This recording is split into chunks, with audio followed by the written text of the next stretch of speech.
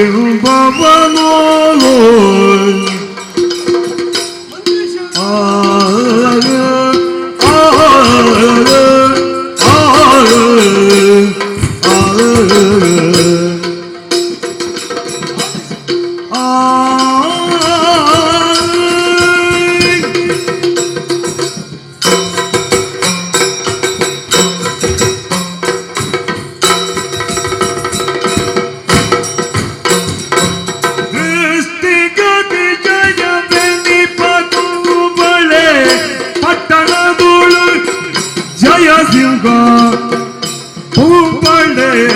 ಪಟ್ಟಣದೊಳು ಜಯಸಿಂಗ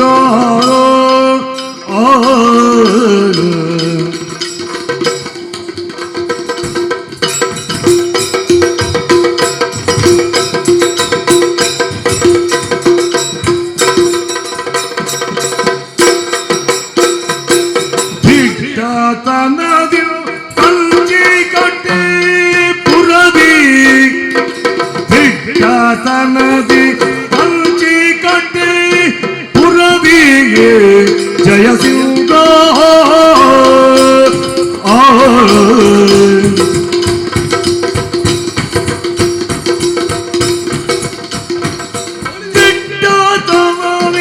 ಬೆಲೆಯೇ ಕಂಚಿ ಕಟ್ಟಿ ಪುರದಿ ಕುಂಬಳೆ ಪಟ್ಟಣದಿ ಜಯಸಿಂಗ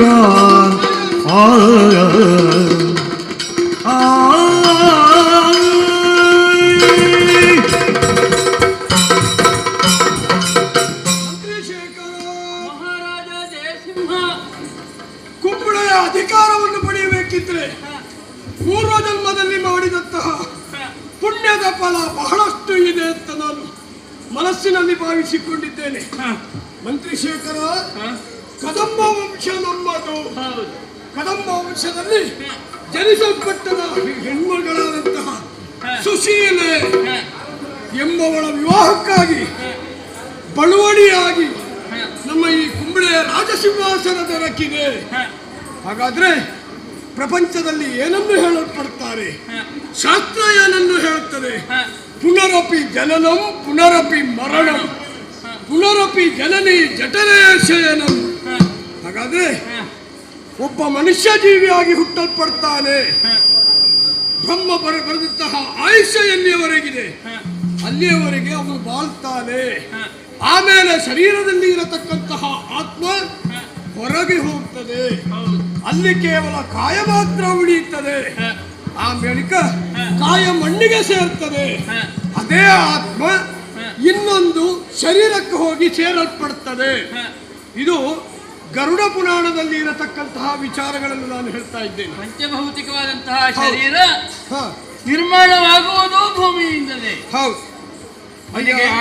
ಮನೆಯೂ ಕೂಡ ಅಲ್ಲಿಯೇ. ಹೌದು. ಅಯ್ಯ ಮಂತ್ರಿಶೇಖರ, ನಾವು ಮನುಷ್ಯರಾಗಿ ಹುಟ್ಟಿಕೊಂಡಿದ್ದೇವೆ. ಯಾವನೇ ಜೀವಿಗೆ ಆಗಲಿ ಸಂಪತ್ತು, ಸುಖ, ಆಮೇಲೆ ಮಿಕ್ಕುಳಿದಂತಹ ವಿಚಾರಗಳೆಲ್ಲ ಇರಬೇಕು ಅಂತಿದ್ರೆ ಜನ್ಮ ಜನ್ಮಾಂತರದಲ್ಲಿ ಮಾಡಿದಂತಹ ಪುಣ್ಯದ ಫಲ ಬೇಕು. ಯಾವಾತನು ಪಾಪಿಷ್ಠನಾಗಿ ಜನ್ಮವನ್ನು ತಳೆದಿದ್ದಾನೋ ಆತನು ಯಾವತ್ತೂ ಕೂಡ ಕಷ್ಟವನ್ನು ಪಡಿಬೇಕಾಗ್ತದೆ. ಯಾರು ಪುಣ್ಯಾತ್ಮನಾಗಿ ಜನ್ಮವನ್ನು ಪಡೆದಿದ್ದಾನೋ ಆತನು ಸುಖದಿಂದ ಜೀವನವನ್ನು ಸಾಗಿಸುತ್ತಾನೆ ಎನ್ನುವುದಕ್ಕೆ ಕುಂಬಳೆಯ ರಾಜನಾದಂತಹ ಈ ಜಯಸಿಂಹನೇ ಸಾಕ್ಷಿ. ಯಾಕಂದ್ರೆ ಸತ್ಯ ಧರ್ಮದ ಆಧಾರದ ಮೇಲೆ ನಮ್ಮ ಈ ಕುಂಬಳೆಯ ರಾಜಸಿಂಹಾಸನ ನಿಲ್ಲಲ್ಪಟ್ಟಿದೆ. ರಾಜನೀತಿ ಏನನ್ನು ಸಾರಲ್ಪಡ್ತದೆ? ಬ್ರಾಹ್ಮಣರನ್ನು ಪೂಜಿಸಬೇಕು, ಹಿರಿಯರನ್ನು ಪೂಜಿಸಬೇಕು, ಆಮೇಲೆ ಬ್ರಾಹ್ಮಣರಿಗೆ ದಾನವನ್ನು ಮಾಡತಕ್ಕದ್ದು. ಆ ಮೂಲಕವಾಗಿ ದೇವತೆಗಳು ಸಂತೃಪ್ತಿಯನ್ನು ಪಡ್ತಾರೆ. ಹಾಗಾದ್ರೆ ಮಾತ್ರ ಪ್ರಪಂಚದಲ್ಲಿ ಕಾಲಕ್ಕೆ ಸರಿಯಾಗಿ ಮಳೆ ಬರುವುದಕ್ಕೆ ಸಾಧ್ಯವಿದೆ ಅಲ್ವೇ? ಹಿರಿಯರಿಂದ ಬಂದಂತಹ ಪರಂಪರಾಗತವಾಗಿ ಬಂದ ಈ ಅಧಿಕಾರದ ಸೂತ್ರವನ್ನು ಸತ್ಯದಿಂದ ಧರ್ಮದಿಂದ ನಾನು ಪರಿಪಾಲಿಸುತ್ತಾ ಬಂದವನಿದ್ದೇನೆ. ಮಹಾರಾಜ, ಏನು ಕದಂಬವಂಶದ ಅರಸು ಕುವರಿ ಸುಶೀಲೆಗೆ ಒಂದೊಮ್ಮೆಗೆ ಬ್ರಹ್ಮಹತ್ಯೆ ದೋಷದ ಫಲವಾಗಿ ಬ್ರಹ್ಮರಾಕ್ಷಸನ ಉಪರಕರಣ ಉಂಟಾಯಿತಂತೆ. ಅದನ್ನು ಪರಿಹರಿಸುವುದಕ್ಕೆ ಅಂತ ಬ್ರಾಹ್ಮಣನೊಬ್ಬ ಬಂದು ಇದರಿಂದ ಪರಿಹಾರ ಉಂಟಾಯಿತು ಅಂತ. ಆದ್ರೆ ಅಂತಹ ಬ್ರಾಹ್ಮಣನಿಗೆ ಅವರಲ್ಲಿ ಹುಟ್ಟಿದಂತಹ ಜಯಸಿಂಹ. ಸರಿ. ಹಾಗಿದ್ರೆ ಬ್ರಹ್ಮವಂಶ ಸಂಭೂತನೂ ಹೌದು, ಹಾ. ಕ್ಷತ್ರಿಯ ವಂಶ ಸಂಭೂತನೂ ಹೌದು. ಹಾ. ಅಂತಹ ನಿನ್ನಲ್ಲಿ ಮಹಾ ಸಾಮರ್ಥ್ಯ ಉಂಟು ಅಂತ ಹೇಳುವುದರಲ್ಲಿ ಯಾವ ಸಂದೇಹ ಅಯ್ಯ ಮಂತ್ರಿ ಶೇಖರ, ಕಾಲಕ್ಕೆ ಸರಿಯಾಗಿ ರಾಜರೆಲ್ಲ ಕಪ್ಪವನ್ನು ಕೊಡುತ್ತಿದ್ದಾರೆ.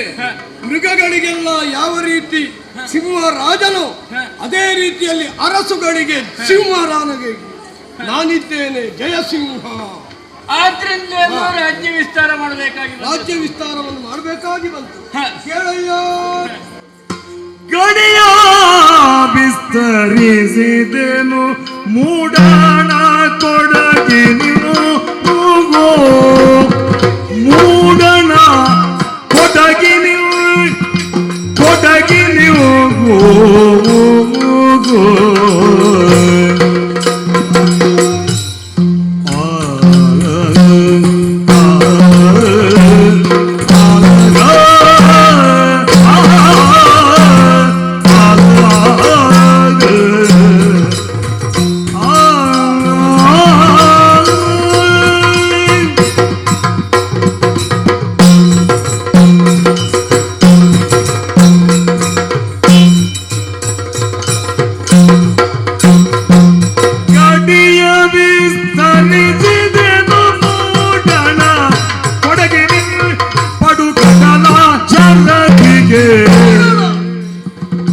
ಮೂಡಣ ಕೊಡಗಿನು ಪಡುಗಡಲ ಶರದಿಗೆ ಶರದಿ ಶರದಿಗೆ ಶರದಿಗೆ ಪಡಗಿನಲ್ಲಿ ಪಡಗಿನಲ್ಲಿ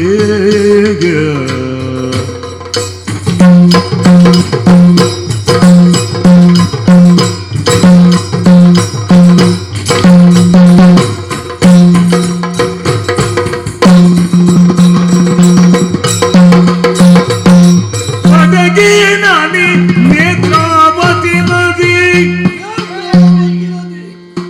ಮೂಡಣ ಕೊಡಗಿ ನೀವು ಪಡುಗಡಲ ಚಲದಿ ಪಡಗಿನಲ್ಲಿ ನೇತ್ರಾವತಿ ಪಡಗಿನಲ್ಲಿ ನೇತ್ರಾವತಿ ನದಿ ನದಿಯ ಬಲಿಗೆ ಪಡಗಿನಲ್ಲಿ ನೇತ್ರಾವತಿನಲ್ಲಿ ತಡಿಯವರಿಗೆ ಕೇರಳದ ತಲಶೇರಿವರೆಗಿನ ಕೇರಳದ ತಲಶೇರಿವರೆಗಿನ ದಾರಿಯನ್ನು ಕ್ರಮಿಸುತ್ತ ದಾರಿಯನ್ನು ಕ್ರಮಿಸುತ್ತ ತಲಶೇರಿವರೆಗೆ ದಾರಿಯನ್ನು ಕ್ರಮಿಸುತ್ತ ದಾರಿಯನ್ನು ಕ್ರಮಿಸುತ್ತ ಭೂರಿ ರಾಜರ ಗೆಲ್ಲುತ್ತ ಜಯ ಬೀರಿ ಒಡೆದೆ ಭೂರಿ ರಾಜರ ಒಡೆದು ನಾ ಜಯ ಬೀರಿ ಪಡೆದೆ ಜಯ ಸಿಂಹ ಜಯ ಬೀರಿ ಪಡೆದೆ ತಲಶೇರಿವರೆಗೆ ಮೂಡಣ ಕೊಡಗಿನಿಯು ಪಡುಗಡಲ ಶರದಿಯೇ ಕೊಡಗಿನಲ್ಲಿ ಕಾವತಿ ಕೇರಳದ ತಲಶೇರಿವರೆಗೆ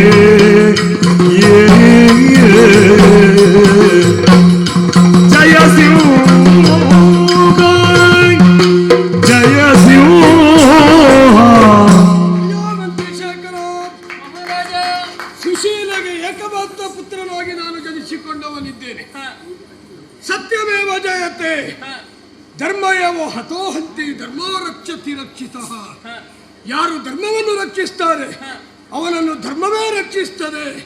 ಹಾಗಾದ್ರೆ ಧರ್ಮ ಯಾವುದು ಎನ್ನುವುದನ್ನು ನಾವು ಆಲೋಚಿಸಿಕೊಳ್ಬೇಕಾಗ್ತದೆ. ದಾನ ಧರ್ಮಗಳನ್ನು ಮಾಡುವುದರ ಮೂಲಕವಾಗಿ ಧರ್ಮ ನಮ್ಮ ರಾಜ್ಯದಲ್ಲಿ ನೆಲೆಯೂರಿದೆ ಅಲ್ವೇ? ಆಲೋಚಿಸಿ ನೀನು. ಚತುರ್ವರ್ಣದವರು ಒಂದು ರಾಜ್ಯದಲ್ಲಿ ಆಯಾಯ ಜಾತಿಗೆ ಅನುಸಾರವಾಗಿ ನಡೆದರು ಅಂತಾಗಿದ್ರೆ ಅಲ್ಲಿ ಸತ್ಯ ಆವರಿಸಿಕೊಂಡಿದೆ, ಧರ್ಮ ನೆಲೆನಿಂತಿದೆ ಅನ್ನೋದನ್ನು ಕಲ್ಪಿಸಿಕೊಳ್ಳುವುದಕ್ಕೆ ಸಾಧ್ಯವಿದೆ. ಯಾವ ಬ್ರಾಹ್ಮಣರಿದ್ದಾರೆ ಅವರೆಲ್ಲರೂ ಕೂಡ ಹಾಗೆ ಯಾಗ ಯಜ್ಞ ಇದರಲ್ಲಿ ನಿಪುಣರಾಗಿದ್ದಾರೆ, ಮಗ್ನರಾಗಿದ್ದಾರೆ. ಅಧ್ಯಯನ ಅಧ್ಯಾಪನ ದಾನ ಪರಿಗ್ರಹ ಹೌದು, ಷಟ್ಕರ್ಮಗಳು. ಆಮೇಲೆ ನಮ್ಮವರಾದಂತಹ ಎಷ್ಟೋ ಮಂದಿ ವೀರ ಯೋಧರು, ಕ್ಷತ್ರಿಯ ವೀರರಿಗೆ ಸರಿಸಮಾನರು ಎನ್ನಲ್ಪಟ್ಟವರು ನೋಡು, ಕೈಯಲ್ಲಿ ಆಯುಧವನ್ನು ಹಿಡಿದು ಯಾವತ್ತು ಯುದ್ಧ ಸಂಭವಿಸುತ್ತದೋ ನಾವು ನೇರವಾಗಿ ಹೋಗಿ ಬಂದಂತಹ ವೀರರಿದ್ರೆ ಅವರನ್ನು ಬಗ್ಗಬಡಿಸ್ತೇವೆ ಎನ್ನುವಂತಹ ಸಂತೋಷದಿಂದಿದ್ದಾರೆ. ವೈಶ್ಯರು ಹಾಗಲ್ಲ, ತಮ್ಮ ವ್ಯಾಪಾರ ವೃತ್ತಿಯಲ್ಲಿ ತೊಡಗಿ ಒಂದಂಶವನ್ನು ಅರಸನಿಗಾಗಿ ಕಾಣಿಕೆಯನ್ನು ಒಪ್ಪಿಸುತ್ತಿದ್ದಾರೆ, ನಮ್ಮ ಬೊಕ್ಕಸ ಭಂಡಾರಕ್ಕೆ ಕೊಡ್ತಿದ್ದಾರೆ. ಆಮೇಲೆ ಶೂದ್ರರು ಬೆಳೆ ವೃತ್ತಿಯಲ್ಲಿ ಪ್ರವೃತ್ತರಾಗಿ ಕುತ್ಕೊಂಡು ಅದರಲ್ಲಿ ಸಿಕ್ಕಂತಹ ಯಾವ ಫಲಸು ಇದೆಯೋ ಅದನ್ನು ನಮಗೆ ತಂದು ಕೊಡ್ತಾರೆ ಅನ್ನುವುದಕ್ಕೆ ಇಲ್ಲಿ ಧರ್ಮ ಆವರಿಸಿಕೊಂಡಿದೆ ಎಂದು ಹೇಳಲ್ಪಡಬಹುದು. ಆಮೇಲೆ ಕುಂಬಳೆಯ ರಾಜಸಿಂಹಾಸನ ಇಷ್ಟೇ ಇರಬಾರದು, ಕೇವಲ ಕುಂಬಳೆಯ ಪರಿಸರಕ್ಕೆ ಮಾತ್ರ ನಮ್ಮ ಗಡಿ ವಿಸ್ತರಣೆ ಆಗಬಾರದು ಎನ್ನುವುದಕ್ಕಾಗಿ ಸಿಂಹನಾದಂತಹ ನಾನು ನೇತ್ರಾವತಿಯಿಂದ ಚಂದ್ರಗಿರಿ ಸಾಲ್ತು ಅಂತ ದಿಗ್ವಿಜಯಕ್ಕಾಗಿ ಹೊರಟವನಿದ್ದೇನೆ, ಕಪ್ಪವನ್ನು ಪಡೆದವನಿದ್ದೇನೆ. ಎಷ್ಟೋ ಮಂದಿ ರಾಜರು ನಮ್ಮ ಹೆಸರನ್ನು ಕೇಳಿದೊಡನೆ ಕಪ್ಪವನ್ನು ಕೊಟ್ಟಿದ್ದಾರೆ. ಪಡುವಿನಲ್ಲಿ ನಾವು ಏನು ಮಾಡಿದ್ದೇವೆ? ಕೊಡಗಿನಲ್ಲಿ ಮೂಡಿನಲ್ಲೇ ಕೊಡಗಿನ ತನಕ ನಮ್ಮ ರಾಜ್ಯ ವಿಸ್ತಾರ ಆಗಿದೆ. ಹೌದು. ಆಮೇಲೆ ಪಶ್ಚಿಮದಲ್ಲಿ ಅಂಬುದಿಯ ಪಶ್ಚಿಮ ಅಂಬುದಿಯ ತನಕ ಸಾಗರದ ತನಕ, ಆಮೇಲೆ ಹಾಗೆ ತೆಂಕಿನಲ್ಲಿ ತಲಶ್ಶೇರಿಯ ತನಕ, ಕೇರಳದ ತಲಶ್ಶೇರಿ, ಹಾಗೆ ಕೊಡಗಿನಲ್ಲಿ ಏನು ಮಾಡಿದ್ದೇವೆ? ರಾಯಚೂರಿನ ತನಕ ನಾವು ಮುಂದುವರೆದಿದ್ದೇವೆ. ನೇತ್ರಾವತಿ ಗಡಿಯಾಚೆವರೆಗೆ ನಮ್ಮ ಗಡಿಯನ್ನು ನಾವು ವಿಸ್ತರಣೆಯನ್ನು ಮಾಡಿಕೊಂಡಿದ್ದೇವೆ. 4 ಗಡಿಗಳನ್ನು ಕೂಡ ವಿಸ್ತರಿಸಲ್ಪಟ್ಟ ಕಾರಣ ಜಯಸಿಂಹನ ಹೆಸರನ್ನು ಕೇಳಿದ್ರೆ ಸರ್ ಇವತ್ತು ಕೆಲವರು ಯಾಕೆ ಅಂಜುತ್ತಿದ್ದಾರೆ ಮಹಾರಾಜ. ಅಷ್ಟೇ ಸಾಲದು, ಇನ್ನು ನಮ್ಮ ವಿಸ್ತಾರವನ್ನು ಕೇಳಿಯ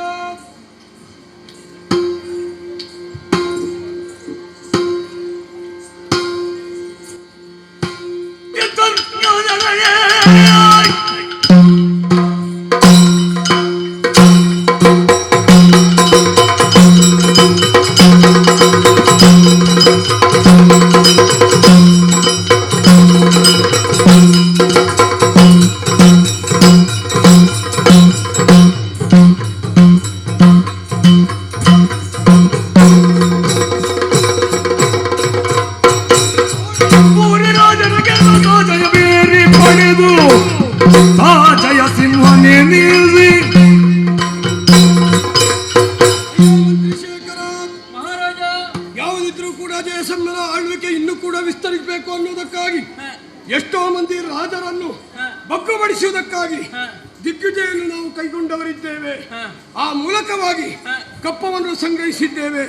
ಬೊಕ್ಕಸ ಭಂಡಾರವು ಯಾವುದೇ ರೀತಿಯ ತೊಂದರೆಗಳಾಗಬಾರದು ಅನ್ನೋದಕ್ಕಾಗಿ ಇದು ಕೆಲವು ಮಂದಿ ರಾಜರು ನನ್ನ ಹೆಸರನ್ನು ಕೇಳಿದೊಡನೆ ತಾವಾಗಿ ಬಂದು ಓಹೋ ತಾವು ಜಯಸಿಂಹರಾಜ್ ನಮಸ್ಕಾರ ಸ್ವಾಮಿ, ಕುಂಬಳೆ ರಾಜ್ಯದಿಂದ ಬಂದವರು, ಆದ್ದರಿಂದ ಇದೋ ಕಪ್ಪವನ್ನು ಒಪ್ಪಿಸಿದ್ದೇವೆ, ವರ್ಷ ಪ್ರತಿಯಂತ ಒಪ್ಪಿಸ್ತೇವೆ ಅಂತ ಹೇಳ್ತಾ ಇದ್ದಾರೆ ಮಹಾರಾಜ. ಆಮೇಲೆ ನಮ್ಮ ದೇವಸ್ಥಾನಗಳು ಎಷ್ಟುಂಟು?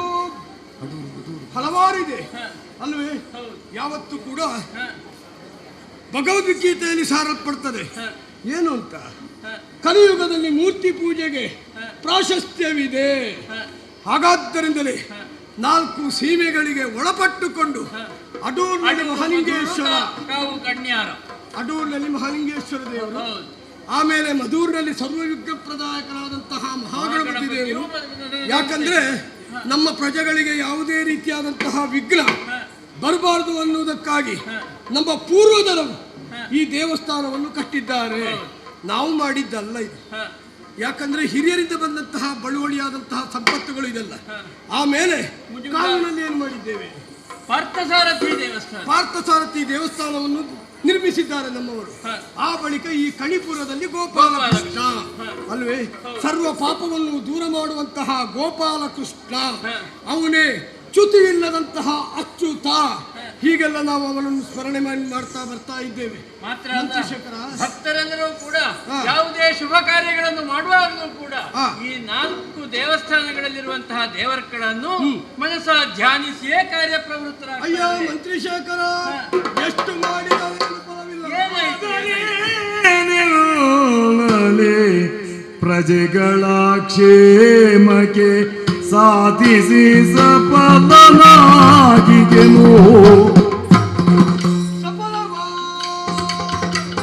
ಆದರೆ ನಿಲ್ಲಲಿ ಪ್ರಜೆಗಳ ಕ್ಷೇಮಕ್ಕೆ ಸಾಧಿಸಿ ಸಫಲನಾಗಿಗೆನು.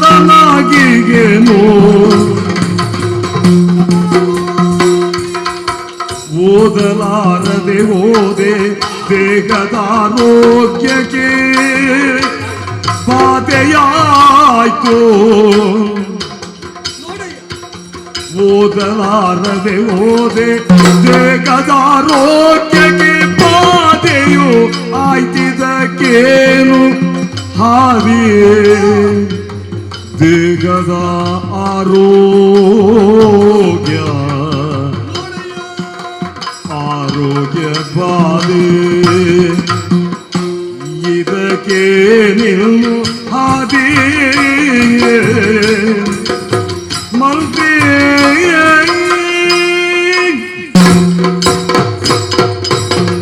ಅಯ್ಯ ಮಂತ್ರಿಶೇಖರ, ಪ್ರಜೆಗಳ ಕ್ಷೇಮ ಸಮಾಚಾರವನ್ನು ನಾವು ನೋಡಿಕೊಳ್ಳುತ್ತಿದ್ದೇವೆ. ನಮ್ಮ ಪ್ರಜೆಗಳು ನಮ್ಮನ್ನು ಏನೋ ರೀತಿಯಾಗಿ ಹೊಗಳುತ್ತಿದ್ದಾರೆ. ಅರಸನೆಂಬವನು ಇರಬೇಕು, ಇಂತಿರಬೇಕು. ಯಾಕಂದ್ರೆ ಆಕಾಶಕ್ಕೆ ಆಕಾಶವೇ ಸರಿ, ಭೂತಳಕ್ಕೆ ಭೂತಳವೇ ಸರಿ, ಸಮುದ್ರಕ್ಕೆ ಸಮುದ್ರವೇ ಸರಿ ಸಾಟಿ ಎಂಬಂತೆ ಸತ್ಯದಿಂದ ಧರ್ಮದಿಂದ ನಡೆಯಲ್ಪಟ್ಟಂತಹ ಮಹಾರಾಜ ಜಯಸಿಂಹನಂತಿರಬೇಕು. ಎಲ್ಲರೂ ಹೊಗಳುತ್ತಿದ್ದಾರೆ ಅಲ್ವೇ? ರಾಜ ಪ್ರತ್ಯಕ್ಷ ದೇವತಾ. ಯಾವತ್ತೂ ಕೂಡ ಪ್ರಜೆಗಳನ್ನು ಮಕ್ಕಳೋಪಾದಿಯಲ್ಲಿ ಸಲಹುತ್ತಾ ಬಂದವನು ನಾನು. ಹಾಗಾದ್ದರಿಂದಲೇ ಕಾಲಕ್ಕೆ ಸರಿಯಾಗಿ ಮಳೆ ಬರ್ತದೆ, ಬೆಳೆ ಬೆಳೆಯುತ್ತದೆ. ಯಾವುದಿದ್ರೂ ಕೂಡ ಮಂತ್ರಿಶೇಖರ, ಏನು ಯಾಕೆ ದುಃಖ? ಇಂದಿನವರೆಗೆ ನಾನು ಯಾರಲ್ಲಿಯೂ ಈ ರೀತಿಯಾದಂತಹ ವಿಚಾರವನ್ನು ಹೇಳದೇ ಇದ್ದೆ. ಯಾಕಂದ್ರೆ ಇಂದಲ್ಲ, ನಾಳೆ ಅಲ್ಲ, ಎಂದು ನಮ್ಮ ರೋಗ ವಾಸಿಯಾಗ್ತದೆ. ಆದ್ದರಿಂದಲೇ ಯಾವತ್ತೂ ಕೂಡ ನಾನು ದೇವನನ್ನು ಆರಾಧಿಸ್ತಾ ಇದ್ದೇನೆ. ನಿತ್ಯ ವಿಧಿವಿಧಾನಗಳಲ್ಲಿ ಸರಿಯಾಗಿ ಮಾಡ್ತಾ ಬರುವವನಿದ್ದೇನೆ.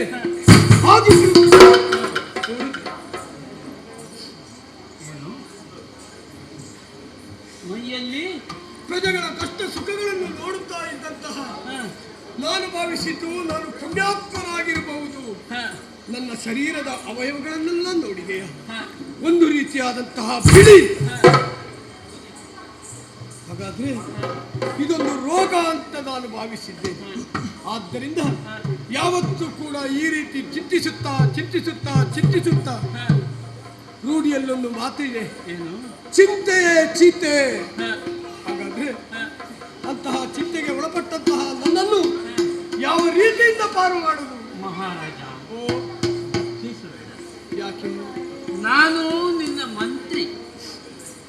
ಮಂತ್ರಿಯಾದವನು ಕೇವಲ ಸಂಬಳಕ್ಕಾಗಿ ಕೆಲಸ ಮಾಡುವವನಲ್ಲ. ಅಲ್ಲ, ರಾಜನಾದವನ ಹಾ. ಕಷ್ಟ ಸುಖಗಳ ಏನು ಎಂಬುದನ್ನು ಅರ್ಥ ಮಾಡಿಕೊಡ್ಬೇಕಾಗ್ತದೆ. ಹೌದು. ರಾಜನಿಗೆ ಕಷ್ಟ ಬಂದಿದೆ ಅಂತಾದರೆ ಅದು ಪ್ರಜೆಗಳಿಗೂ ಬಂದ ಕಷ್ಟ. ಹೌದು. ರಾಜ್ಯದ ಹಾ, ಪ್ರಜೆಗಳ ಯೋಗಕ್ಷೇಮವನ್ನು ಚಿಂತಿಸುವಂತಹ ಮಂತ್ರಿ ಹಾ, ಅವನಿಗೆ ಯಾವ ಕುಂದು ಉಂಟಾಗದ ರೀತಿಯಲ್ಲಿ ಬೇಕಾದಂತಹ ಪರಿಶ್ರಮವನ್ನು ಪಡಬೇಕಾದ್ದು ಮಂತ್ರಿಯಾದವ. ನಾನು ಬೇಸರ ಪಡುವುದೇನು ಗೊತ್ತೇ? ರಾಜನಾದಂತಹ ನನಗೆ ರೋಗವಿದೆ.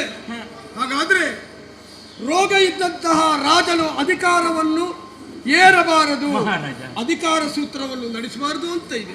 ಮಹಾರಾಜ, ಈ ನಮ್ಮ ರಾಜ್ಯ ಅರಾಜಕತೆಯಿಂದ ಆಗ್ತದೆ. ಮಹಾರಾಜ, ಅದರ ಬಗ್ಗೆ ಯಾಕೆ ಚಿಂತೆ ಮಾಡ್ತೀಯ? ನಿನ್ನ ಕಷ್ಟದಲ್ಲಿ ನಾನು ಭಾಗಿಯಾಗಿರ್ತೇನಲ್ಲ ಹಾ. ಮಹಾರಾಜ. ಆ ಬಗ್ಗೆ ನಾನು ಅನೇಕ ಕಾಲದಿಂದ ಚಿಂತನೆ ಮಾಡ್ತಾ ಇದ್ದೇನೆ. ನಮ್ಮ ಈ ಪ್ರಜೆಗಳಿಗೆ ಯಾರು ಗತಿ? ನಮ್ಮ ಆಸ್ಥಾನ ವೈದ್ಯರಲ್ಲೆಲ್ಲ ತೋರಿಸಿದ್ರು ಕೂಡ ಯಾವುದೇ ಪ್ರಯೋಜನ ಆಗ್ಲಿಲ್ಲ ಅಂತ ಆದ್ರೆ ಹೌದು. ಈ ಲೌಕಿಕ ಪ್ರಪಂಚದಲ್ಲಿ ಯಾರಿಂದಲೂ ಕೂಡ ಅದನ್ನು ವಾಸಿ ಮಾಡುವುದಕ್ಕೆ ಸಾಧ್ಯ ಇಲ್ಲ ಅಂತಾದ್ರೆ ಭಗವಂತನ ಅನುಗ್ರಹ ಅದಕ್ಕೆ ಬೇಕು ಅಂತ ಪ್ರತ್ಯೇಕವಾಗಿ ಹೇಳಬೇಕಾದ್ದಿಲ್ಲ. ಅದು ಏನು ಅಂತ ನಮಗೆ ಅರ್ಥ ಮಾಡಿಕೊಳ್ಳುವುದಕ್ಕೆ ಸಾಧ್ಯ ಇಲ್ಲ.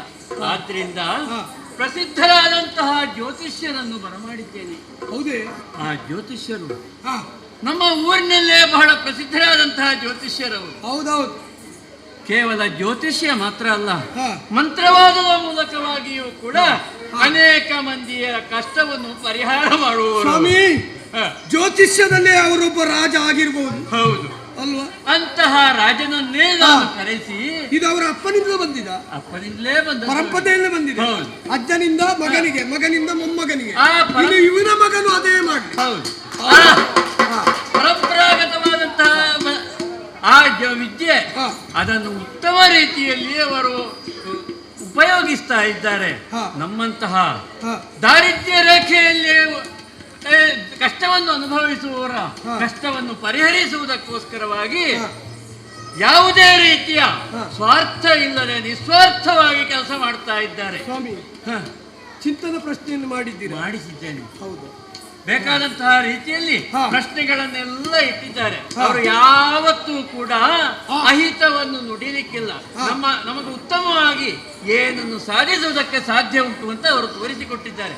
ಅದರಂತೆ ಒಂದು ವಿಚಾರವನ್ನು ನೆನಪು ಮಾಡಿಕೊಳ್ಬೇಕಾಗಿ, ಯಾವುದು? ಹಿಂದೆ ಒಂದು ಘಟನೆ ನಡೆದಿತ್ತಂತೆ. ಏನದು? ದಿಗ್ವಿಜಯಕ್ಕಾಗಿ ದಕ್ಷಿಣ ಭಾಗದ ತಲಶೇರಿಯ ತನಕ ಹೋಗಿ ಬರುವಂತಹ ದಾರಿಯ ಆ ರಥದ ಅಡಿಭಾಗಕ್ಕೆ ನಾಗವೊಂದು ಬಿದ್ದು ನಾಶವಾಗಿ ಹೋಗಿತ್ತಂತೆ.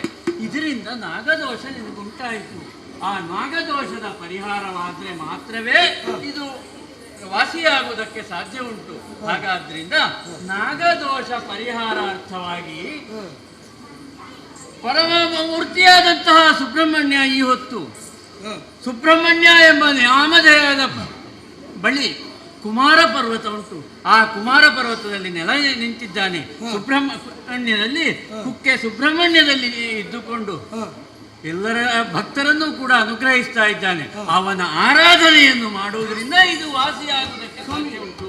ಆರಾಧನೆ ಎಷ್ಟು ಸಮಯ ಅಂತ? 48 ದಿವಸ ಆರಾಧನೆ ಮಾಡಬೇಕು. ಒಂದು ಮಂಡಲ. ಹೌದು. ಸಂತೋಷವಾಯಿತು. ಹೋಗಿ ಬಾ. ಕೇಳಯ್ಯ ಮಂತ್ರಿ, ಕೇಳಯ್ಯ, ಕೇಳಯ್ಯ ಮಂತ್ರಿ, ಕೇಳಯ್ಯ, ಕೇಳಯ್ಯ ನಮ್ಮ ರಾಜ್ಯದ ದೇಗುಲಗಳ ಹಾಳು ಬಿದ್ದಿಗ ಸಕಲ ಗುಡಿಗೋಪುರಗಳ, ಹಾಳು ಬಿದ್ದಿಗ ಸಕಲ ಗುಡಿಗೋಪುರಗಳ ಒಳ್ಳಿತಾಗಿಯೇ ಮತ್ತೆ ಊರ್ಜಿತಗೊಳಿಸು. ಹಾಳುಗೈಯದೆ ದೇವರಲ್ಲಿ ಭಕ್ತಿ ಇರಿಸಿ ಒಳ್ಳಿತಾಗಿಯೇ ಮತ್ತೆ ಊರ್ಜಿತಗೊಳಿಸು. ಕೇಳಯ್ಯ ಮಂತ್ರಿ, ಕೇಳಯ್ಯ, ಕೇಳಯ್ಯ ಮಂತ್ರಿ, ಕೇಳಯ್ಯ, ಕೇಳಯ್ಯ. ಮಂತ್ರಿವರ್ಯ, ವಿಚಾರವನ್ನು ತಿಳಿಸಿ ಬಹಳಷ್ಟು ಸಂತೋಷವಾಯಿತು. ನಿನ್ನ ಮಾತಿನ ಪ್ರಕಾರವಾಗಿ ನೇರ ಕುಕ್ಕೆ ಕ್ಷೇತ್ರಕ್ಕೆ ಹೋದವನಿದ್ದೇನೆ. ಒಂದು ಮಂಡಲದವರೆಗೆ ಸುಬ್ರಹ್ಮಣ್ಯನ ಸೇವೆಯು, ಸುಬ್ರಹ್ಮಣ್ಯನನ್ನು ಆರಾಧಿಸಿದ್ದೇನೆ ನಾನು. ಆ ಮೂಲಕವಾಗಿ ಸುಬ್ರಹ್ಮಣ್ಯ ನನಗೆ ಅನುಗ್ರಹಿಸಿದ್ದಾನೆ. ಯಾಕಂದ್ರೆ ಪ್ರಪಂಚದಲ್ಲಿ ಶಾಸ್ತ್ರ ಏನು ಹೇಳ್ತದೆ? ಭೂಮಿಯನ್ನು ವಾಸುಕಿಯ ಮೇಲೆ ಇದೆ. ಹಾಗಾದ್ರೆ ಕಲಿಯುಗದಲ್ಲಿ ನಾಗನ ಸೇವೆ ಬಹಳಷ್ಟು ದೊಡ್ಡದು.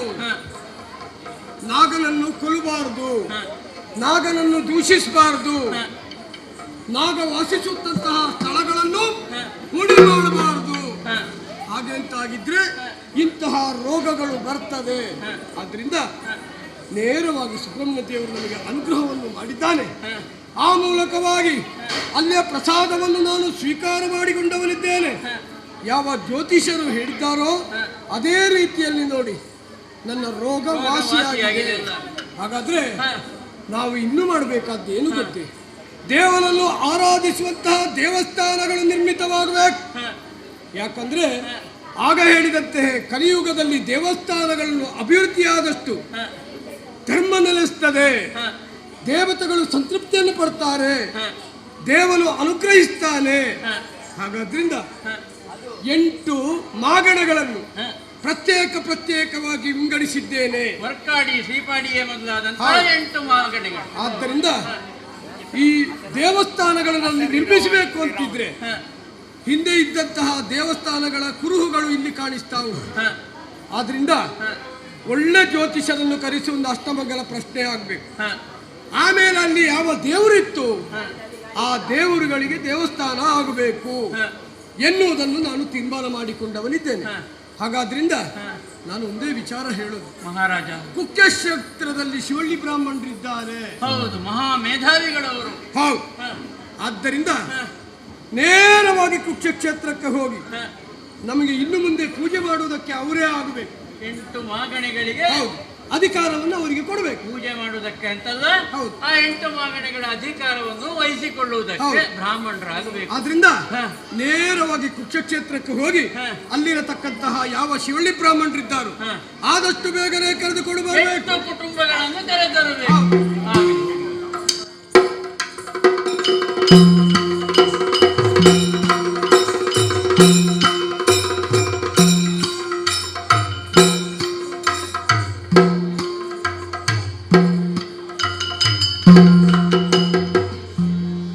ಸಕಲ ವೇದಾಧ್ಯಯನ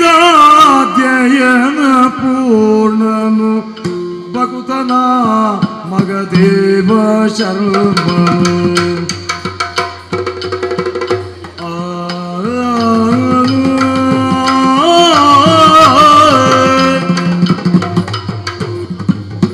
ಮಗದೇವ ಶರ್ಮನು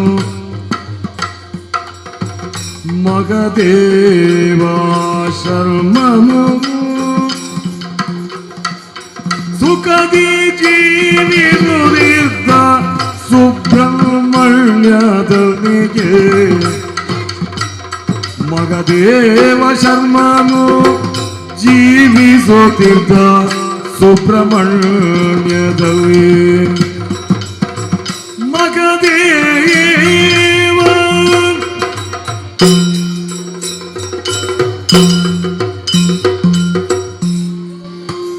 ಜೀವನಕ್ಕೆ ಏನು ತೊಂದರೆ ಇಲ್ಲ, ಎಲ್ಲವೂ ಸುಬ್ರಹ್ಮಣ್ಯನ ದಯೆ. ದೊಡ್ಡ ಕ್ಷೇತ್ರ, ಅನೇಕ ಮಂದಿಗಳು ಬರ್ತಾರೆ, ಹೀಗೇನೆ ಕುಳಿತುಕೊಳ್ಳುತ್ತಾರೆ. ದೇವರ ದರ್ಶನಕ್ಕಾಗಿ ನನ್ನಲ್ಲೇ ಪ್ರಾರ್ಥಿಸ್ತಾರೆ. ಅವರಿಗೆ ಬೇಕಾದಂತಹ ಇಷ್ಟಾರ್ಥಗಳನ್ನು ಈಡೇರಿಸುವುದರ ಮೂಲಕ ದೇವರಿಗೂ ಸಂತೃಪ್ತಿ, ನನಗೂ ಸಂತೃಪ್ತಿ. ಏನು ಮಾಡೋಣ, ಜೀವನವೇ ಹೀಗಾಗಿ ಹೋಯ್ತಲ್ಲ. ಯಾರೋ ಬರುವ ಸಂಭವ ಕಾಡ್ತಾ ಇದೆ. ಯಾರು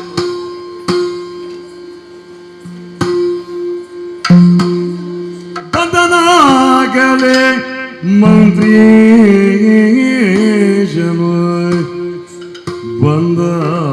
ಬಂದನಾಗಲೇ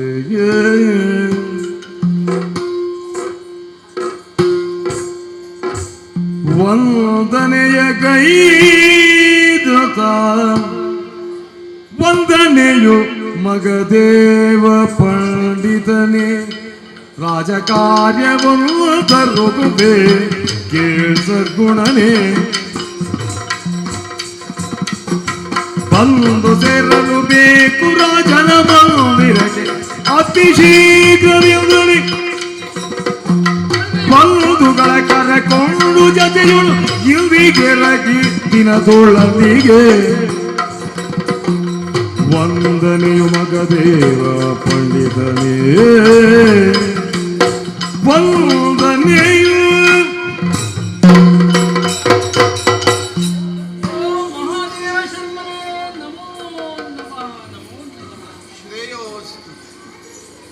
ಅಯ್ಯ, ತಾವು ಸಾಮಾನ್ಯರಲ್ಲ. 4 ವೇದ, 6 ಶಾಸ್ತ್ರ, 18 ಪುರಾಣ ಸಕಲವನ್ನು ಕೂಡ ಅಭ್ಯಾಸ ಮಾಡಿ ವೇದ ಪಾಠಶಾಲೆಯನ್ನು ನಿರ್ಮಾಣ ಮಾಡಿಕೊಂಡು ಶಿಷ್ಯರಿಗೆ ವೇದಾಧ್ಯಯನವನ್ನು ಮಾಡಿಸುವಂತಹ ಮಹಾ ಪಂಡಿತರು ನಾವು. ಹೌದು ಸ್ವಾಮಿ, ತಮ್ಮ ಬಗ್ಗೆ ನಮ್ಮ ಕುಂಬಳೆಯ ಪ್ರದೇಶಕ್ಕೆ ಕೇಳಿ ಗೊತ್ತು. ಹಾ ಅಯ್ಯ, ಏನು? ನಾನು ಕುಂಬಳೆಯ ಅರಸ ಜಯಸಿಂಹನ ಮಂತ್ರಿ. ಓಹೋ, ಈ ಕಡೆಗೆ ಬರುವುದಕ್ಕೂ ಒಂದು ಕಾರಣ ಉಂಟು. ಏನು? ನಮ್ಮ ಆ ಪ್ರದೇಶದಲ್ಲಿ ಅನೇಕ ದೇವಸ್ಥಾನಗಳಿವೆ. ಓಹೋ, ಕೆಲವು ಜೀರ್ಣಾವಸ್ಥೆಯಲ್ಲಿವೆ. ಇನ್ನು ಕೆಲವು ಕಡೆ ದೇವಸ್ಥಾನಗಳ ಸ್ಥಾಪನೆ ಆಗಬೇಕು, ಓಹೋ, ದೇವರ ಪ್ರತಿಷ್ಠೆ ಆಗಬೇಕು. ಅದಕ್ಕೋಸ್ಕರವಾಗಿ ನಮ್ಮ ಕುಂಬಳೆಯನ್ನು 8 ಮಾಗಣೆಗಳಾಗಿ ವಿಂಗಡಿಸಿ ಆ ಒಂದೊಂದು ಮಾಗಣೆಗಳಿಗೂ ಕೂಡ ಒಬ್ಬೊಬ್ಬರು ಅಧಿಕಾರಿಯಾಗಿ ನೇಮಕ ಮಾಡುವುದಕ್ಕೆ ನಿಶ್ಚಯ ಮಾಡಿದ್ದಾರೆ. ನೀವು ನಿಶ್ಚಯ ಮಾಡುವುದಕ್ಕೂ ಇಲ್ಲಿಗೆ ಬರುವುದಕ್ಕೂ ಏನು ಸಂಬಂಧ? ಅದರಂತೆ ಆ 8 ಮಂದಿಯಲ್ಲಿ ಒಬ್ಬರನ್ನು ನಿಮ್ಮನ್ನು ಆರಿಸಿಕೊಂಡಿದ್ದೇವೆ ನಾವು. ಹೌದು. ಆದ್ದರಿಂದ ನಮ್ಮೊಂದಿಗೆ ಕುಂಬಳೆಯ ಕಡೆಗೆ ಆಗಮಿಸಿ ಜಯಸಿಂಹನ ಅಪೇಕ್ಷೆಯನ್ನು ಈಡೇರಿಸಬೇಕು. ಆಗದ ಕೆಲಸಕ್ಕೆ ಸಾಗೇನು ಕಿಟ್ಟದಿದ್ದು ಬೇಗನೆ ತಾವೇ ಗಮಿಸುವುದು.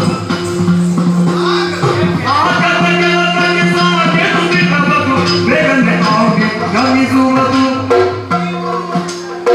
ಭೋಗಿ ಭೋಜನ ಸುಖವಾಗಿನ ಸಂಜನ ಭಾಗಿಲ ಪಡೆದಿರುವುದು. ಆಗದ ಕೆಲಸಕ್ಕೆ ಸಾಗೇನು ಕಿಟ್ಟದ್ದು ಬೇಗನೆ ತಾವೇ ಗಮಿಸುವುದು.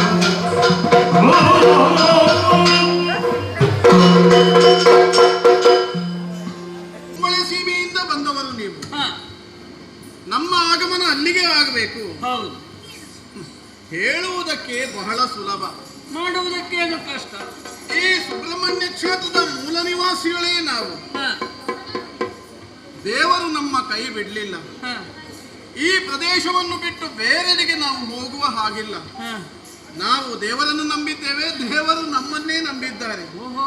ಅದಕ್ಕಿಂತಲೂ ಮುಖ್ಯವಾಗಿ ಹಾ, ಎಲ್ಲ ಭಕ್ತರ ಆಶೋತ್ತರಗಳನ್ನು ಈಡೇರಿಸುವುದಕ್ಕೆ ಹಾ, ವರ್ಷದಲ್ಲಿ ಅಷ್ಟು ದಿವಸ ಇದ್ರೂ ಸಾಕಾಗುವುದಿಲ್ಲ. ಹಾ, ಅಂತಲ್ಲಿಗೆ ನಾವಲ್ಲಿಗೆ ವಲಸೆ ಬರಬೇಕು ಅಂತ ಹೇಳೋದು ಹಾ. ಮೂರ್ಖತನದ ಕೆಲಸವಾಗ್ತದೆ. ಅಯ್ಯ. ಆದ್ದರಿಂದ ಮಹಾಪಂಡಿತರೇ, ಹ್ಮ್, ನೀವು ಯಾಕೆ ಹೀಗೆ ಹೇಳ್ತೀರೋ ನನಗೆ ಅರ್ಥ ಆಗ್ತಾ ಇಲ್ಲ. ಏನು? ದೇವರನ್ನು ಆರಾಧನೆ ಮಾಡಿಕೊಂಡು ಬರುವವರು ನೀವು. ಹ್ಮ್, ನೀವು ದೇವರನ್ನು ನಂಬಿದವರು. ಹ್ಮ್, ಆಕ್ಷೇಪ ನಮ್ಮದಲ್ಲ. ಹ್ಮ್. ಇನ್ನು ಮುಂದೆಯೂ ಕೂಡ ದೇವರನ್ನು ನಂಬುವಂತಹ ಕೆಲಸಕ್ಕಾಗಿಯೇ ನಿಮ್ಮನ್ನು ಆಹ್ವಾನಿಸ್ತಾ ಇದ್ದೇವೆ. ಓಹೋ, ಮತ್ತೆ ದೇವರು ನಿಮ್ಮನ್ನು ನಂಬಿದ್ದಾರೆ. ನಿಮ್ಮಿಂದ ಈ ಮಹತ್ ಕಾರ್ಯ ಆಗಬೇಕು, ದೇವರಿಗೋಸ್ಕರವಾಗಿ ಈ ಮಹತ್ ಕಾರ್ಯವನ್ನು ನೀವು ನಡೆಸಿಕೊಡಬೇಕು ಅಂತ ಅನ್ನುವುದರಿಂದಲೇ ನಿಮ್ಮನ್ನು ಬರಮಾಡಾಡ್ತಾ ಇದ್ದೇವೆ. ಇರಬಹುದಪ್ಪ. ನಾವಿರುವಂತದ್ದು ಸುಬ್ರಹ್ಮಣ್ಯ ಕ್ಷೇತ್ರದಲ್ಲಿ. ಹ. ದೇವರನ್ನು ಬಿಟ್ಟು ಪುನಃ ಕುಂಬಳೆಗೆ ಬರುವ ಹಾಗಿಲ್ಲ.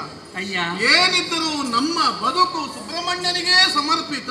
ಅಯ್ಯ, ಹ, ನಾವು ಕೂಡ ಸುಬ್ರಹ್ಮಣ್ಯನ ಆರಾಧಕರೇ. ಹ್ಮ್, ಸುಬ್ರಹ್ಮಣ್ಯನ ಮೇಲೆ ಆ ನಂಬಿಕೆಯನ್ನಿಟ್ಟವರು ನಾವು. ಹ. ಸುಬ್ರಹ್ಮಣ್ಯನ ಅನುಗ್ರಹವನ್ನೇ ಸದಾ ಬಯಸುವವರು ನಾವು. ಓಹೋ, ಹಾಗೆ ಅಂತ ನೀವು ಅಂದುಕೊಂಡಂತೆ ಸುಬ್ರಹ್ಮಣ್ಯ ಈ ಕುಕ್ಕೆಯಲ್ಲೇ ನೆಲೆಯಾಗಿರ್ತಾನೆ ಶಾಶ್ವತವಾಗಿ ಅಂತ ನಾನು ಹೇಳಬೇಡಿ. ಓಹೋ, ದೇವರು ಸರ್ವಾಂತರ್ಯಾಮಿ. ಎಲ್ಲಿದ್ರೂ ಕೂಡ ಭಕ್ತರು ಎಲ್ಲಿದ್ದಾರೋ ಅಲ್ಲಿ ದೇವರು ಇರ್ತಾನೆ. ಭಕ್ತಾಧೀನಂತು ದೈವತ ಕೇಳಿದ್ದೀರಲ್ಲ ಮಾತು. ಹಾಗಿರುವಾಗ ಭಕ್ತರಾಗಿ ಯಾರು ಎಲ್ಲಿರ್ತಾರೆ ಅಲ್ಲಿಗೆ ದೇವರು ಕೂಡ ಬರ್ತಾನೆ ಅಂತ ಆದ್ರೆ ಈ ಸುಬ್ರಹ್ಮಣ್ಯ ನೀವು ಅಲ್ಲಿಗೆ ಬರುವಾಗ ಅಲ್ಲಿಗೆ ಯಾಕೆ ಬರಬಾರದು? ಈ ವಿಚಾರವನ್ನು ಒಂದು ರಾತ್ರಿ ಒಂದು ಹಗಲು ಎಷ್ಟೋ ಮಾತನಾಡುವುದು. ನೀವು ಸುಮ್ಮನೆ ರಗಳೆ ಮಾಡಬೇಡಿ. ನಿಮಗೆ ಆಗಬೇಕಾದ್ದೇನು? ಒಂದು ಶಾಂತಿ ಮಾಡಿಸಿ. ನಿಮಗೆ ವರ್ಷ ಎಷ್ಟಾಯ್ತು? ನಿಮಗೆ ಒಂದು 60 ಆಯ್ತಾ? 60 ಆದ್ರೆ ಒಂದು ಒಳ್ಳೆ ಶಾಂತಿ ಮಾಡಿಸಿ ಪ್ರಸಾದ ಕೊಡ್ತೇನೆ. ನಿಮ್ಮ ಇಷ್ಟ. ಅಯ್ಯ, ಒಂದು ವಿಚಾರ, ನಿಮಗೆ 60 ಆಯ್ತು ಅಂತ ಶಾಂತಿ ಮಾಡೋದು ಒಂದೇ ನೆನಪು ಆದ್ರೆ ಸಾಕು. ನಾನು ತಿಳಿದಂತೆ ಬ್ರಾಹ್ಮಣರು ಅಂತಾರೆ ಅಂದ್ರೆ ನಿಸ್ವಾರ್ಥಿಗಳಾಗಿ ಇರಬೇಕು. ಸ್ವಾರ್ಥ ಅಂತನ್ನುವಂಥದ್ದು ಅವರಿಗೆ ಇರಬಾರದು. ಹಾಗಿದ್ರೆ ಇಲ್ಲಿಯೇ ಇದ್ದುಕೊಂಡು ಶಾಂತಿ ಮಾಡಿಸಿದ್ರೆ ಏನು ಹಣ ಸಿಗ್ತದೆ ಅಂತ ನೀವು ಹಾಗೆ ತಿಳ್ಕೊಂಡ್ರ? ಹಾಗಿದ್ರೆ ಅದಲ್ಲ ಅಂತಾದ್ರೆ ನೀವು ಪರೋಪಕಾರಾರ್ಥ ವಿಧಂಶರೀರಂ ಅಂತ ಅಂದುಕೊಂಡು ಇತರರಿಗೆ ಸಹಾಯಕವಾಗುವ ರೀತಿಯಲ್ಲಿ ವರ್ತಿಸ್ತೀರಿ ಅಂತಾದ್ರೆ ನೀವು ಬರಬೇಕು. ಬರುವುದಿಲ್ಲ ಅಂತಾದ್ರೆ ಈ ವಿಚಾರದಲ್ಲಿ ಹೆಚ್ಚು ಒತ್ತಾಯ ಸಲ್ಲದು. ಭೂರಿ ಭೋಜನ ಸಿದ್ಧವಾಗಿದೆ, ಉಂಡು ಹೋಗಬಹುದು ನೀವು. ಸೂರ್ಯ ನೀಡುತ್ತೀಯೇನು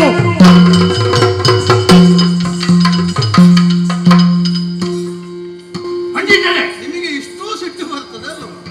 ಸಿಟ್ಟು ಯಾರಿಗಾದ್ರೂ ಬರ್ತದೆ. ಯಾವಾಗ ನಮ್ಮ ರಾಜ್ಯದಲ್ಲಿ ಧರ್ಮವನ್ನು ಶಾಶ್ವತವಾಗಿ ನೆಲೆ ನಿಲ್ಲಿಸಬೇಕು ಅಂತ ನಾವು ಪ್ರಯತ್ನ ಮಾಡುವವರು, ನೀವಾದ್ರೂ ಸ್ವಾರ್ಥಿಗಳಾಗಿದ್ದುಕೊಂಡು ಇಲ್ಲಿಯೇ ಇರಬೇಕು ಸಾಯುವ ತನಕ ಅಂತ ಹೇಳ್ತಾ ಇದ್ದೀರಾ. ಸುಬ್ರಹ್ಮಣ್ಯನ ಅನುಗ್ರಹ, ಸುಬ್ರಹ್ಮಣ್ಯನ ಮನಸ್ಸಿನಲ್ಲಿ ಏನುಂಟು ಅಂತ ಹೇಳುವಂತದ್ದನ್ನು ಅರ್ಥ ಮಾಡಿಕೊಳ್ಳೋದಿಲ್ಲ ನೀವು. ಅದೇ ಏನೇನು ಚಿಂತನೆ ಮಾಡದೆ ಕಲ್ಪಿಗಳಾಗಿ ಈ ರೀತಿಯಲ್ಲಿ ಮಾತಾಡಬೇಕು ಅಂತಂದ್ರೆ ಎಷ್ಟು ಕೋಪ ನಿಮಗೆ? ಇಲ್ಲ ಇಲ್ಲ, ರಾಜಾಜ್ಞೆ ಇದು. ರಾಜಾಜ್ಞೆಯನ್ನು ಮೀರಿದವರಿಗೆ ಎಂತಹ ಶಿಕ್ಷೆ ಅಂತ ನಿಮ್ಗೆ ಗೊತ್ತಿರಬಹುದು. ಒಂದು ವೇಳೆ ನೀವು ಬರಲಿಲ್ಲ ಅಂತಾದ್ರೆ ರಾಜಾಜ್ಞೆಯ ಉಲ್ಲಂಘನೆಯ ಕಾರಣವನ್ನಿಟ್ಟು ನಿಮ್ಮನ್ನು ಬಂಧಿಸ್ತೇನೆ, ಹೆಣಮುರಿ ಕಟ್ಟಿಕೊಂಡು ಹೋಗ್ತೇನೆ, ನಮ್ಮ ಕಾರ್ಯವನ್ನು ಸಾಧಿಸಿಕೊಳ್ತೇವೆ. ಒಂದು ವಿಚಾರ ಹೇಳ್ತೇನೆ, ಇವತ್ತು ರಾತ್ರಿ ಕಳೆದು ನಾಳೆ ಬೆಳಗ್ಗೆ ನನಗೆ ಉತ್ತರ ಸಿಕ್ಕಬೇಕು. ನೀವು ಬರ್ತೀರಾ ಹೇಗೆ ಇಲ್ವಾ, ಹೇಗೆ ಕರ್ಕೊಂಡು ಬೇಕು ನಾನು ತೀರ್ಮಾನ ಮಾಡ್ತೇನೆ. ಉತ್ತರ ಕೊಡಿ.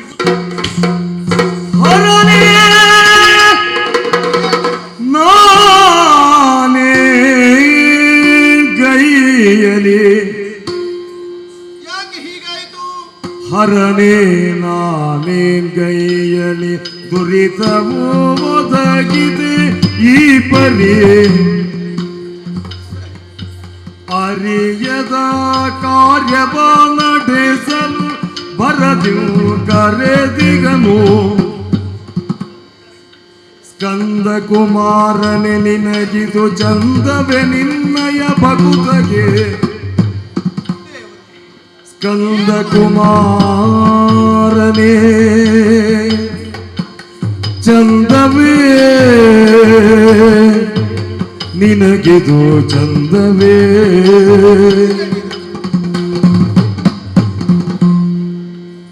ಸುಬ್ರಹ್ಮಣ್ಯನೇ ನಿನಗಿದು ಚಂದವೇ. ನಿನ್ನಯ ಭಗವಂತಗೆ ಎದೆ ಮನೆಯಿದು ದೊರಕಿತು ಭಾವನೆಯೋ. ತಂದೆಯೇ ಶರವಣನೇ ಕಾಯೋ ಎನ್ನ ದುರಿತವು ಒದಗಿದೆ ಎನಗೆ. ಅರಿಯದ ಕಾರ್ಯವ ನಡೆಸಲು ಭರದಿವು ಕರೆದಿಗನು. ಅರಿಯದ ಕಾರ್ಯವ ನಡೆಸಲು ಕರೆಯುತ್ತಲಿಗನು. ಚಂದವೇ ನಿನಗಿದು ಅಂದವೇ. ಚಂದವೇ ಸ್ಕಂದ ಕುಮಾರನೇ.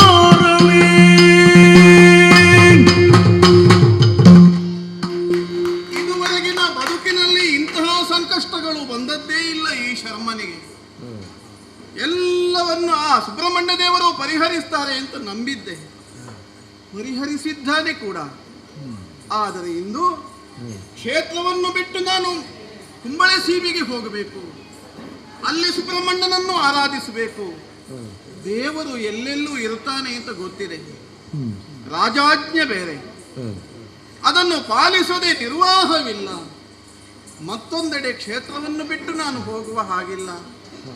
ನಮ್ಮ ಪೂರ್ವಜರೆಲ್ಲ ಇಲ್ಲಿ ಆರಾಧನೆಯಲ್ಲಿ ನಿರತರಾದವರು, ಅನುಷ್ಠಾನದಿಂದ ದೇವರನ್ನು ಕಂಡವರು.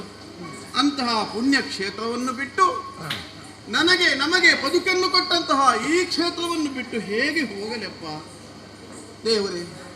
ಇದು ನನಗೆ ಅಗ್ನಿ ಪರೀಕ್ಷೆಯೇ. ಬಾರದಿದ್ರೆ ಆತ ಕಡುಗೆ ಜಳಪಿಸುತ್ತಾ ಇದ್ದಾನೆ. ಕಾಲ ಕೆಟ್ಟು ಹೋಯಿತು. ಬ್ರಾಹ್ಮಣರನ್ನು ಕಂಡಾಗ ಆರಾಧಿಸಬೇಕಾದಂತಹ ಕಾಲಘಟ್ಟ ಕಳೆದು ಹೋಯಿತೆ. ಬ್ರಾಹ್ಮಣರ ಮಾತಿಗೆ ಬೆಲೆ ಇಲ್ಲದಾಗಿ ಹೋಯಿತೆ. ಬ್ರಾಹ್ಮಣರ ವಾಕ್ಗಳನ್ನು ಶಿರದ ಮೇಲೆ ಇಟ್ಟು ಗೌರವಿಸುವಂತಹ ರಾಜಾದಿರಾಜರಲ್ಲ, ಬ್ರಾಹ್ಮಣನ ಎದುರು ಕತ್ತಿ ಜಳಪಿಸುವಂತಹ ಸ್ಥಿತಿ ಬಂದೊದಗಿದೆ. ಎಲ್ಲವೂ ಕಾಲ ಕಾಲ ಹೌದಲ್ಲ. ರಾತ್ರಿ ಆಯಿತು, ಅಳುತ್ತಾ ಕೂರುವುದರಲ್ಲಿ ಏನು ಪ್ರಯೋಜನವಿಲ್ಲ. ನಾಳೆ ಬೆಳಿಗ್ಗೆ ಅಲ್ವಾ, ನೋಡೋಣ. ಒಂದಷ್ಟು ನಿದ್ರಿಸಿದ ಬಳಿಕ ಇದಕ್ಕೆ ಪರಿಹಾರ ಸಿಗಬಹುದು. ದೇವರೇ, ತಂದೆಯೇ ಶರವಣ ಭವನೇಯೇ ಎನ್ನುತ್ತ ದುಃಖಿಸಿ ನಿದ್ದೆ ಹೋಗಲು ಕನಸಿನೊಳಗುಗನೆಂದಳು. ಅನುಸರಿಸು ರಾಜಾಜ್ಞೆ ನೀಡುವುದುಚಿತವಲ್ಲ. ಕಾಣಿಸುವೆ ನಾ ನಿನಗೆ ಅನುದಿನ, ನೀನು ಸನ್ಮನದಲ್ಲಿ ನೆನೆಯಲು ಘನಮಗಾನ್ವಿತ ತೆರಳು ಸೂರ್ಯನು ಮೂಡಿ ಬರಲು, ಸೂರ್ಯನು ಮೂಡಿ ಬರಲು. ನಾಳಿನ ಚಿಂತೆಯಲ್ಲೇ ನಿದ್ರಿಸಿದವನು ನಾನು. ನಿದ್ದೆ ಬರಲಿಲ್ಲ. ದೇವನನ್ನು ಸ್ಮರಿಸುತ್ತಾ ಹೊರಲಾಡುತ್ತಾ ಏನು ಜಂಪು ಹತ್ತಿತ್ತಷ್ಟೇ. ಮಧ್ಯರಾತ್ರಿ ಮೀರಿರಬಹುದು. ನಾನು ಆರಾಧಿಸಿಕೊಂಡು ಬಂದಂತಹ ಯಾವ ಭಗವಂತನಿದ್ದಾನೋ ಆತನನ್ನ ದೃಗ್ಗೋಚರನಾದನಲ್ಲ. ಕನಸೋ ನನಸೋ ಅಂತ ಅರ್ಥವಾಗುವುದಿಲ್ಲ. ದುಃಖಿಸಬೇಡ, ರಾಜಾಜ್ಞೆಯನ್ನು ಪಾಲಿಸಲೇಬೇಕು. ನೀನು ಆ ಸೀಮೆಗೆ ಹೋಗು, ನಿನ್ನ ಜೊತೆಯಲ್ಲಿ ನಾನೂ ಇರುತ್ತೇನೆ ಅಂತ ದೇವರ ಅಪ್ಪಣೆ ಆಯ್ತಲ್ಲ. ಛೇ, ಹಾಗಿದ್ದಾಗ ಇನ್ನು ಆಗಬೇಕಾದ್ದು ಏನು? ನಿತ್ಯವೂ ಮನೆಯಲ್ಲಿ ಆರಾಧಿಸಿಕೊಂಡು ಬರುವಂತಹ ಯಾವ ಶ್ರೀಚಕ್ರ ಇದೆಯೋ ಅದನ್ನು ಜೊತೆಗಿರಿಸಿಕೊಳ್ಳುತ್ತೇನೆ. ಆಮೇಲೆ ದೇವನ ಆಜ್ಞೆ, ಸುಬ್ರಹ್ಮಣ್ಯ ದೇವರು ನನ್ನ ಜೊತೆಯಲ್ಲಿ ಸದಾ ಇರುತ್ತಾನೆ ಎಂಬ ಕಾರಣಕ್ಕಾಗಿ ಆತನ ವಿಗ್ರಹವನ್ನು ಕೂಡ ಬಳಿಗಿರಿಸಿಕೊಳ್ಳುತ್ತೇನೆ. ಸೂರ್ಯೋದಯವಾಯಿತಲ್ಲ, ನಿನ್ನೆಯ ಸಿಟ್ಟು ಇಂದಿಲ್ಲವಷ್ಟೇ. ಆಗಲಿ, ನಿಮ್ಮ ಉದ್ದೇಶ ಅರ್ಥವಾಯಿತು ನನಗೆ. ದೇವರ ಮಾತಿನಿಂದಲೂ ಕೂಡ ರಾಜಾಜ್ಞೆ ಮುಖ್ಯ ನನಗೆ. ದೇವರು ಕಣ್ಣಿಗೆ ಕಾಣುವುದಿಲ್ಲ, ರಾಜ ಕಣ್ಣಿಗೆ ಕಾಣುತ್ತಾನೆ. ರಾಜ ಕಾಲಸ್ಯ ಕಾರಣ ಅಲ್ಲವೇ? ಹಾಗಿದ್ದಾಗ ರಾಜನಲ್ಲಿ ದೇವರನ್ನು ಕಾಣುವುದರ ಮೂಲಕವಾಗಿ ಪ್ರಜೆಗಳು ತಮ್ಮ ಇಷ್ಟಾರ್ಥಗಳನ್ನು ಪೂರೈಸಿಕೊಳ್ಳಬೇಕು ಹೇಳುವಂಥದ್ದು ಭಾವ.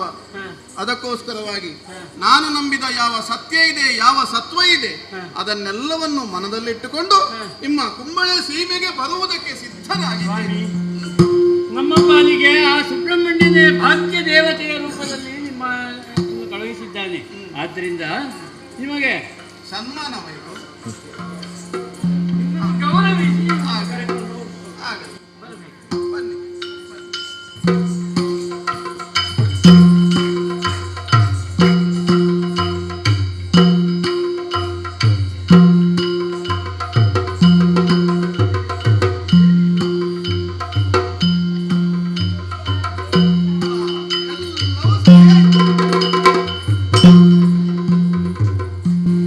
ಜೊತೆಯಲ್ಲಿ ಬಂದವನು ನಾನು. ಒಂದು ನೆಲೆಸಿದಂತಹ ಸ್ಥಳ ಶ್ರೀಪಾಡಿ ಮಾಗಣೆ. ಎಷ್ಟು ಸಮಯವಾಯಿತು. ಶ್ರೀಚಕ್ರವನ್ನು ಆರಾಧಿಸಿಕೊಂಡು ಬರ್ತಾ ಇದ್ದೇನೆ.